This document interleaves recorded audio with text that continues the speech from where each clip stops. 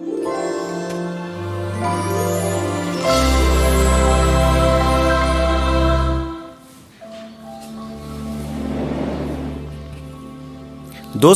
आज हम बात करने जा रहे हैं डिजिटल इंडिया के बारे में, जो कि हमारा एपिसोड सेकंड है।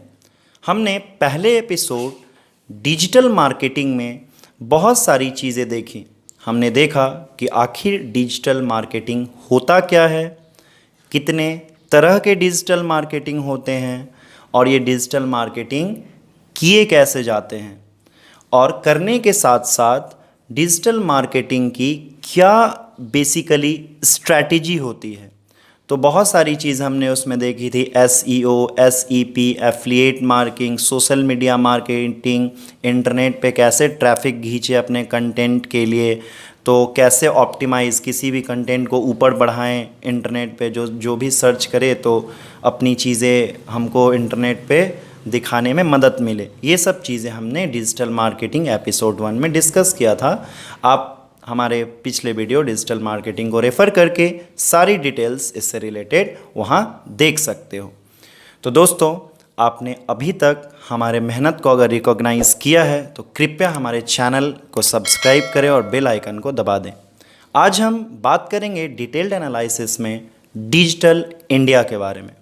तो बेसिकली डिजिटल इंडिया एक कैंपेन है जो कि 1 जुलाई 2015 को नरेंद्र मोदी बीजेपी गवर्नमेंट के द्वारा इंट्रोड्यूस की गई थी, और इसका मेन एम है कि किसी न किसी तरह ऑनलाइन और टेक्नोलॉजी और इंफ्रास्ट्रक्चर को इतना बढ़ाना, खासकर रूरल एरिया में, कि हमारा कंट्री इंडिया डिजिटली एम्पावर हो जाए in the field of technology और in the field of digitalisation.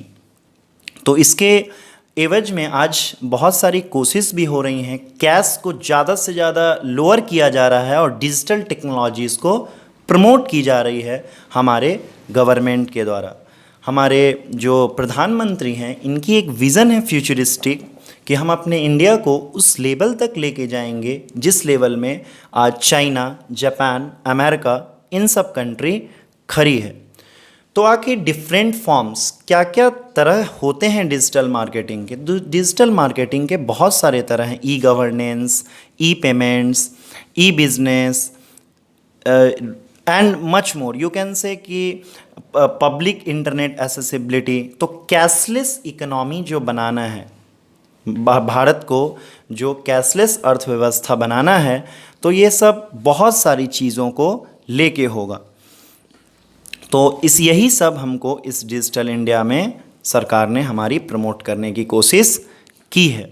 तो इसमें आज हम बेसिकली 4-5 चीज़ें देखेंगे कि कैसे ई पेमेंट्स, ई बिजनेस, ई गवर्नेंस और स्मार्टफोन और लैपटॉप्स इंफ्रास्ट्रक्चर को डेवलप करने के लिए सरकार ने दी हैं। सबसे पहले देखते हैं ई पेमेंट्स। पेटीएम को आज कौन नहीं जानता है पेमेंट मैकेनिज़्म में, और सबसे बड़ा डिजिटलाइजेशन का ये ई पेमेंट का एग्ज़ाम्पल है।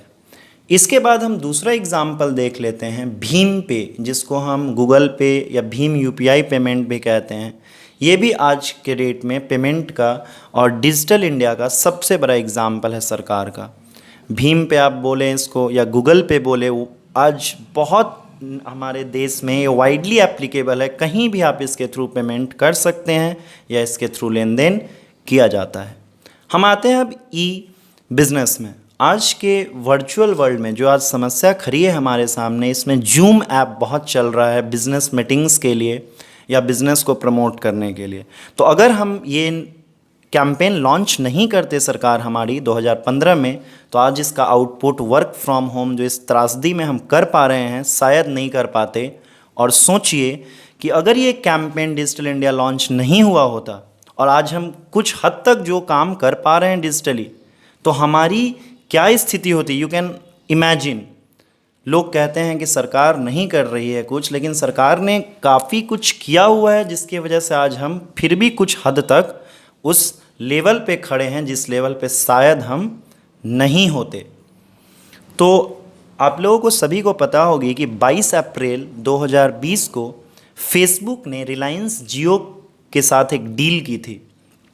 उस डील में फेसबुक के जो को फाउंडर है मार्क जुकरबर्ग, उन्होंने रिलायंस जियो की 9.99% शेयर खरीदी थी और ये एक मास्टर स्ट्रोक था इंडियन गवर्नमेंट का रिलायंस जियो के थ्रू कि डिजिटली इंडिया को प्रमोट करे, क्योंकि फेसबुक जो है सोशल मीडिया के क्षेत्र में एक जाइंट कंपनी है और आने वाले समय में शायद आप देखेंगे कि कितना डिजिटली प्लेटफॉर्म्स विकसित करेगी रिलायंस जियो और फेसबुक मिल के इंडिया में, और इसका बोलबाला शायद दुनिया के हर जगह में देखने को मिलेगा।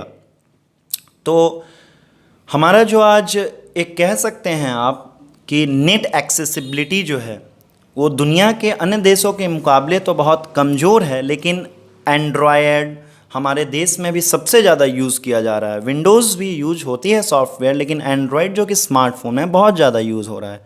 आज सरकार मोबाइल फ़ोन दे रही हैं गरीब को, गांव में बच्चों को। क्यों? ये इंफ्रास्ट्रक्चर डेवलप कर रही है सरकार, ताकि ये डिजिटल प्लेटफॉर्म से और इंटरनेट से ज़्यादा लोग जुड़ सकें, ताकि फिर डिजिटल इंडिया में जो योगदान सरकार करना चाहती है, फ्यूचरिस्टिक सोच लेके बैठी है, वो पूरा हो सके। वैसे तो कोई भी चीज़ 100% श्योर और सही नहीं हो सकती है। आजकल के डेट में आप देख लो, आधार कार्ड बनवाओ या फिर आज पैन कार्ड बनवाओ, कोई भी गवर्नमेंट चीज़ ऑनलाइन कुछ बहुत हद तक, कुछ क्या बहुत हद तक कर दी जा चुकी है। तो अगर हम कहेंगे कि आज के डेट में क्या ये डिजिटल इंडिया का जो सपना है साकार है, तो वी कैन से 50-50, 50-50% हाँ ये है, क्योंकि बहुत हद तक हम लोग इस फील्ड में बढ़े हैं और इसकी हमको देखने को मिल रही हैं चीज़ें। फ्यूचर जो है डिजिटली जो हमारा इंडिया का काफ़ी ब्राइट है और होना भी चाहिए।